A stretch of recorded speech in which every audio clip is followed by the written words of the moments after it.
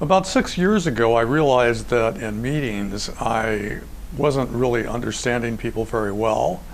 And one of my subordinates suggested to me that the problem was my hearing, something that I had denied for quite some time, and I realized that I probably needed some help in hearing. When I first got hearing aids, there was an immediate and really dramatic difference. I heard things that I had not heard for a long time.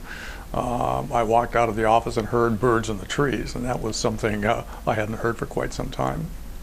One of the ways that hearing loss affected me and my friends and my family was that I realized that I was avoiding situations where I needed to hear closely, so that I was stopping my participation in conversations or dinners or parties and that sort of thing.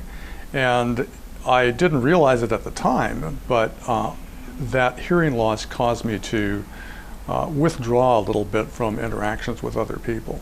One of the things that I would advise people who are thinking about getting hearing aids is to go to see a professional audiologist and get an assessment, get an evaluation of what the problem is and what the options are for working on the problem, because the problem that I had was that I waited so long, and I wish that I had done that much sooner. So I would advise anyone who is suffering a hearing problem to get an evaluation and an assessment from an audiology professional.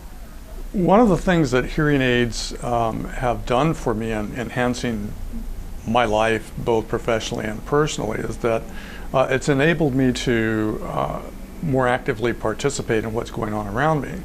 I'm much more ready to talk to people, to put myself in situations where hearing is important, and to really be a much more sociable person.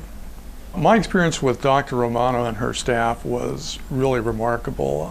She and her staff create such a relaxed, welcoming, yet professional environment that it was very easy for me to understand what my options were, to understand what the problem was, and then to take her advice as far as hearing aids.